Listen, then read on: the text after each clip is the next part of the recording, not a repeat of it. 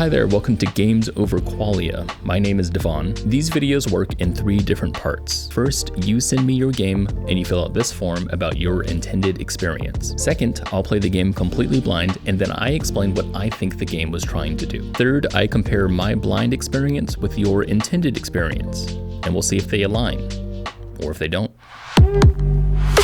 Okay, so today's game is called Stella, Incus, I think. This is the only thing that the developer wanted me to know beforehand. So now we're gonna go play the game.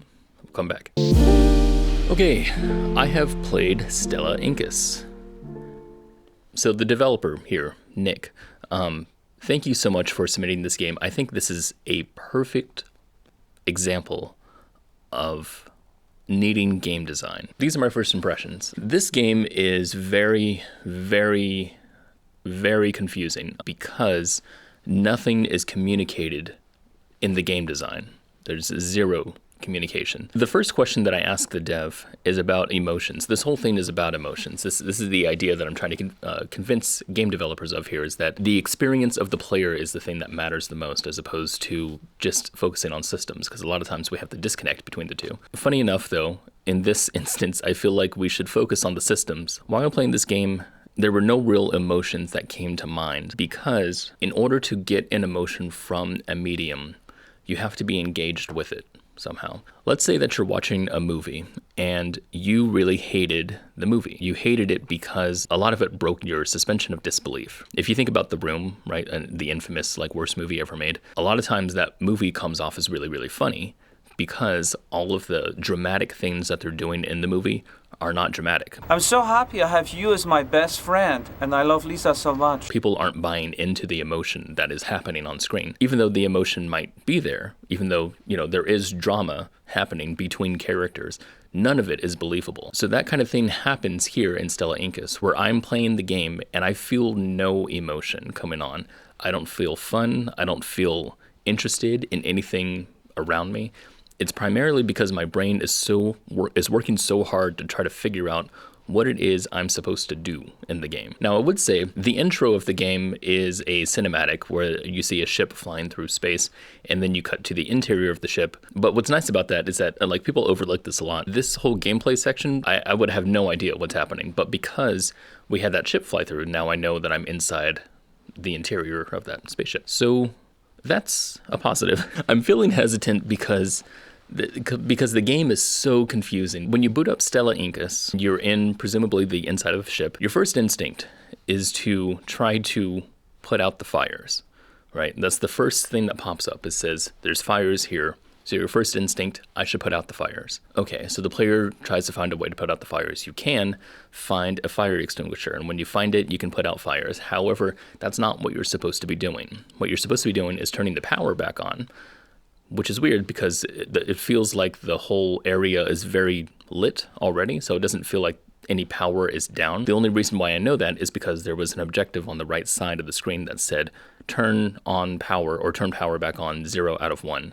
And I'm like, oh, that must be an objective, so I'm gonna do that. It's hard to find where the power is because the level design in here is just squares. You just have, you start in one big square room, so you're not really pulled toward anything. It feels like everything is important, or it feels like nothing is important. It feels like everything is the same. When I was walking around the room, I found there were other people standing there, but the people weren't alive in any way. The NPCs, they were just kind of just floating in the air. I imagine this is supposed to be them in cryosleep. It doesn't look like cryosleep, and there's no collision. The player can just walk through these things. So it feels like they might be collectibles, or they might be some sort of thing that you need to interact with. Also, the walls that are spinning around these people, they have these little things at the bottom that look like phones, and I'm not sure what they are, but they look separate from the other mechanisms. So it feels like I should go over there and interact with that thing. However, none of this does anything. If you go backwards in the room, there's this big organic looking thing in the back part, but you can't go near it because there's an invisible wall blocking you. So to find the power, you can go over into this hallway that is hidden behind one of these walls. Once you go into this hallway, there's a mild platforming challenge, where there's 2 jumps that you have to do, and then there's a big glowing light with a computer on the floor. When I'm walking around this area, because I don't really know what I'm doing, I'm just exploring at this moment, And I don't understand why there's no floor in this spaceship and why there is a floor that has some gaps in it. It feels like that's kind of an arcade kind of thing. But is this a platformer? It doesn't necessarily need to be a platformer in order to have platforming challenges, but I'm trying to grasp something from this game, and I'm coming up with nothing. So when it comes up with this weird design language where it says, hey, you have to do platforming now, I'm thinking, okay, that's going to be the core gameplay loop that I'm going to be doing, but it's not. It's just kind of there. Then you have this big glowing light and a computer on the floor. A computer on the floor is weird because when you're looking at the spaceship, you're thinking that it's a spaceship, and this looks like literally someone set a computer on the floor. It looks very out of place. When you go up to it, then it has the same dialogue that comes up when you go over to a tool. So when you go to like a fire extinguisher or something, it says use or drop. Same thing happens when you come over to the computer. It says use or drop. As soon as you use the computer, there's a jingle that plays. But that's it, and nothing else happens. And I was so confused during this part, and I kept activating the terminal over and over and over and over, because I was like, something's got to happen, right? Well, something did happen. I turned the power back on, but nothing told me that except for the number that changed in my little HUD. It said 1 out of 1 now instead of 0 out of 1. The sound playing does not tell the player anything. It didn't tell me anything. It didn't. I feel like the lights should have, maybe flashed or came back on after they've been dimmed, maybe a screen shake, or even like a message that pops up that says, objective complete, something like that. This game really needs a lot of playtesting. You need to put this in front of players who have never played it before, and then ask them what were they confused over, and then try to communicate the things that you want them to do, not through verbal language, but through game design. And I mean, like, making the levels maybe dark for one to turn the power on. Maybe the level is a hallway so that there's only one place to go. Something like that. Maybe there's a door that they need to go to. I think that the things that you would generally see in video games and then take for granted, those are the things that are missing here. I could just name off all of the things that are very confusing, but I'm not sure if that would be helpful exactly. I think I just played a game called Fever Meme. It's designed around the player's input. The game would not work if the developer didn't understand the audience. Like Nick,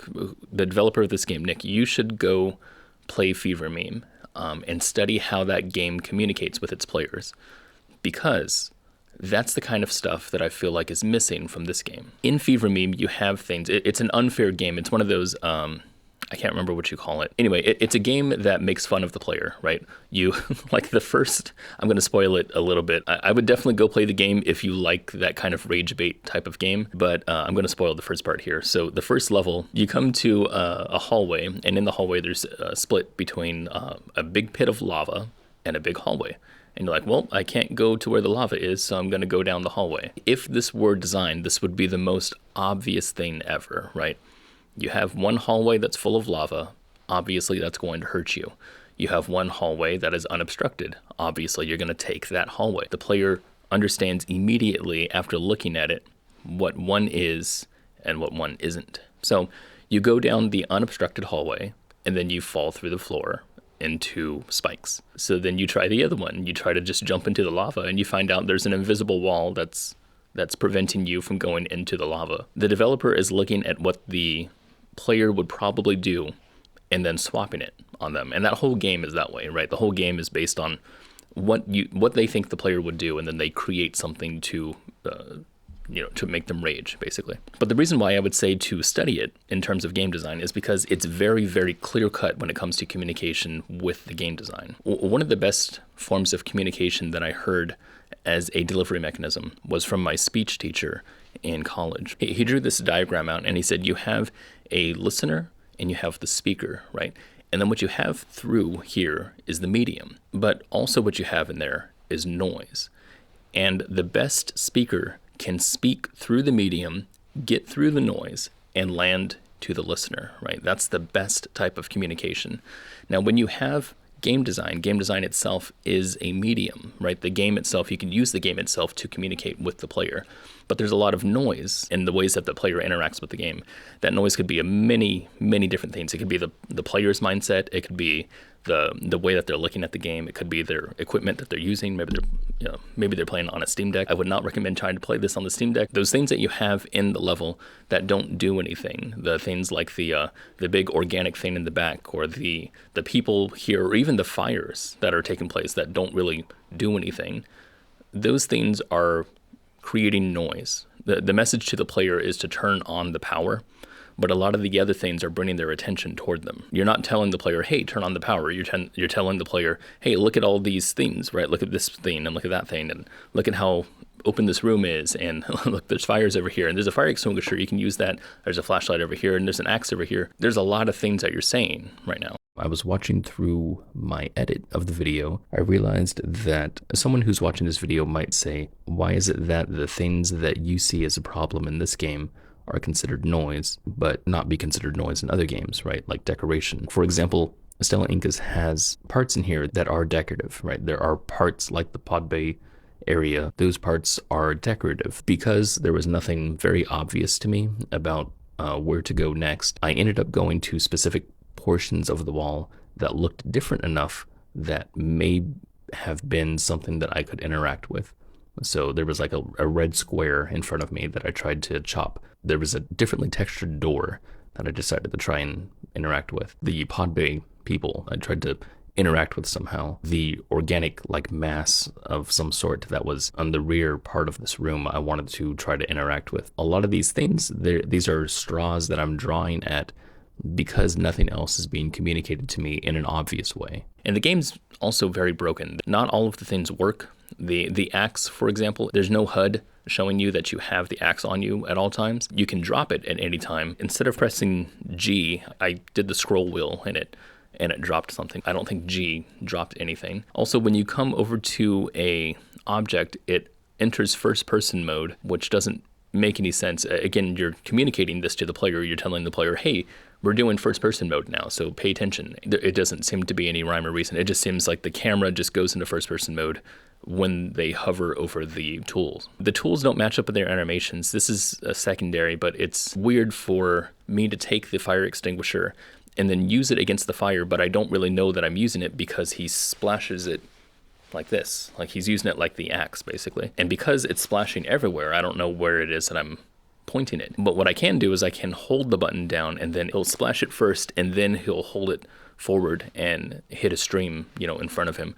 It's very difficult to tell where the stream is hitting and when I'm putting out a fire. That's the only part that I did engage with in the game, was putting out the fires, because they disappeared when I hit them with the water. So that told me something, and that told me that, hey, I'm putting out the fires now. There's a lot of soft locks in the game. There were times that I had died with one of the objects, like a fire extinguisher, and I still needed it afterwards. And so when I respawned, the fire extinguisher wasn't there anymore. There were times that I had to quit the game and come back because one of the doors didn't open. The door had opened on the other side, but the clone of the door stayed up. There were times that I started the game and then immediately died because of the fire that was there. It seems like when I die that the flashlight disappears. Sometimes when you get a tool, the objective on the right side disappears and it looks like it's completed, but then it comes back later and says you still need to get tools. The fire extinguisher has a little message that says don't hold for too long, and when you do, it's supposed to, I guess, explode. I read actually a comment from you, Nick, where you said that the pressure builds up and then it blows the player backwards. And all I can tell from playing the game is that when I hold it for, say, more than 2 or 3 seconds, then suddenly my player flies backwards, but that's it. Like, I don't know what happened. Nothing's telling me anything. There's no explosion. There's no sound, no onomatopoeia, right? Nothing like that. There's no animation even. Like, my character is still walking, but he just is added forced behind him. I would get more into the game, but I feel like most of what I have to say are just bugs that exist in it. I think what I'm going to do now is read the developer's intentions, and then we'll come back. Okay, so these were the intentions of the developer. By the way, this channel completely runs on donations only. I don't charge for any of this. This is a pay-what-you-want system. And if you find this helpful, there is a link in the description to buy me a coffee. I very much appreciate it. So my first question on the forum is, what were you hoping the player would feel while playing your game?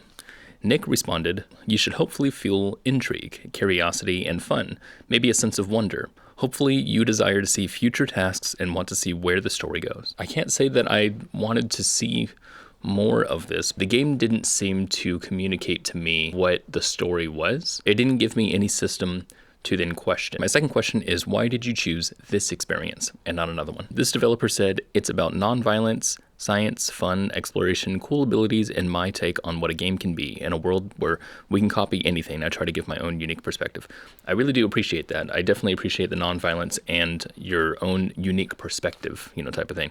I think that's a really cool thing to have. That heart of your experience should be kept there. I think that's a really good idea. I wonder if this creation was more of just a creation of a bunch of things that you already had, like these assets, and then you just put them into this kind of design and then added your feelings afterwards.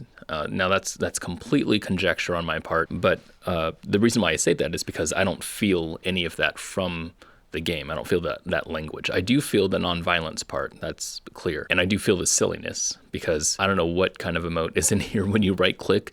I don't know what right clicking does in this game, but it makes a motion of something. My third question was, were there specific moments, mechanics, or ideas that you built around your emotional goal? This is an important one, especially for this game. This developer said you should feel some silliness, such as losing a tool or kicking something important, misplacing things, out-of-pocket dialogue. A lot of problems are self-inflicted or from poor planning. The game rewards planning ahead and tries to teach real-life skills in a simulation environment with a cool story. So the game punishes not planning ahead.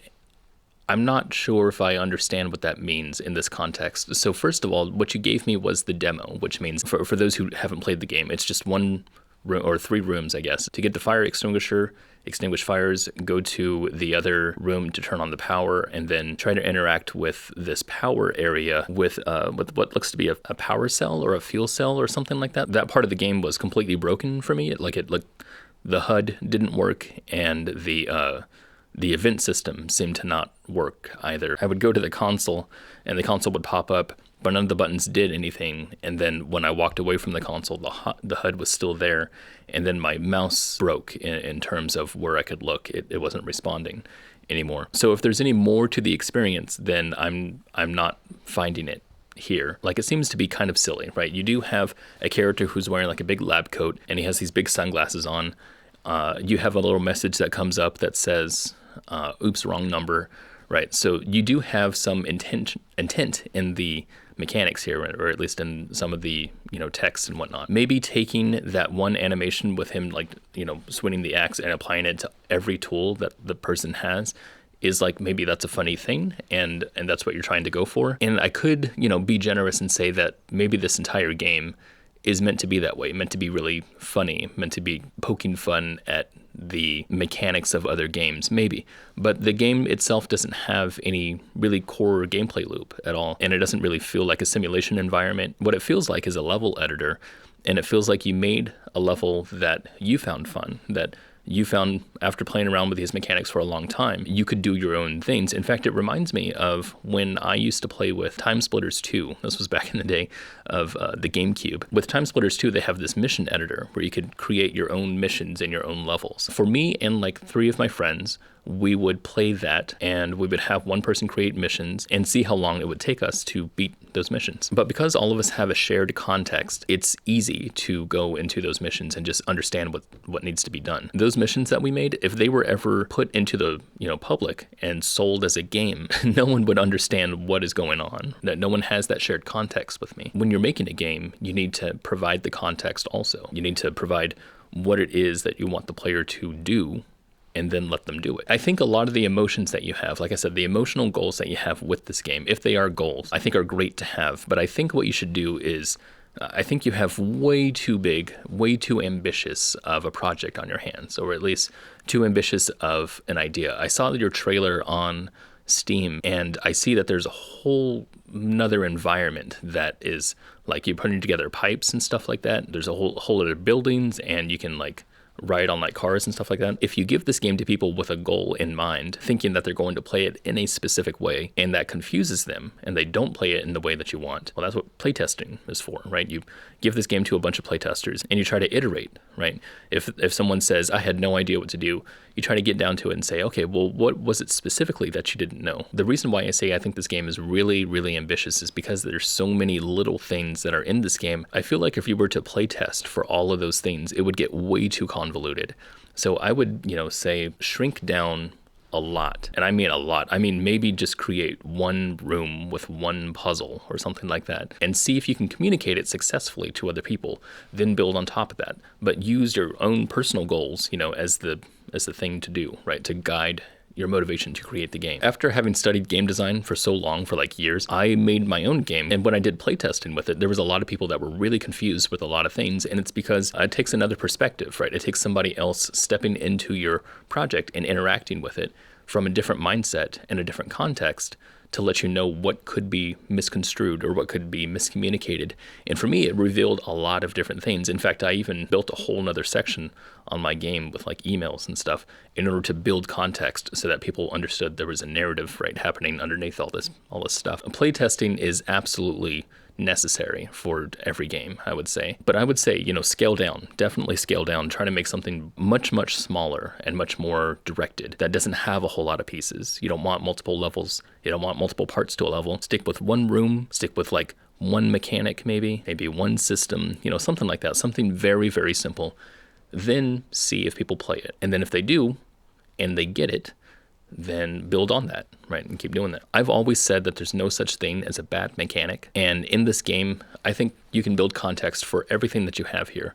I think the game here can exist the way it does with certain communications being done well. You have to communicate your intentions to the player through mechanics and through game design. You know what? Those people who are watching this video who know about game design, I'm going to ask if you want to look at this screenshot here and to just look at everything. Look at the messages, look at the area and everything like that, and comment down below things that you think would help this scenario in terms of game design, in terms of just graphic design even, right? Just changing the menus and everything like that. So Nick, when you look at the comments in this section, I think you'll see there's a communication wall here. Nick, after you submitted this game to me, I went on Reddit to see if I could find the game, and I found it. And there was a post that you made about the game, getting some, you wanted some critique from it, and you got over 100 comments. There were so many comments on this game, and all of them were very, very negative. And I really do applaud you for handling all the negativity, because I read a lot of your comments, and you handled them all very, very well. So I like, hats off to you, like really. Thank you so much, Nick, for submitting this game. If you have a game and you want to submit it to me, there's a link in the description. We also have a Discord. There's a Discord in the description. Please join the Discord and talk with other game developers about game design stuff. We have a lot of members and they're very friendly, very cool community there. There's also a queue, by the way, if you want to know what games are coming up. There's a link in the description of the Trello page that I have set up right now. As of this very moment, there are 25 entries, if I can remember correctly. That's going to push us until May, I believe. But that's as of right now. There could be more by the time this video gets out. So thank you so much for watching, and I will see you guys on the next one.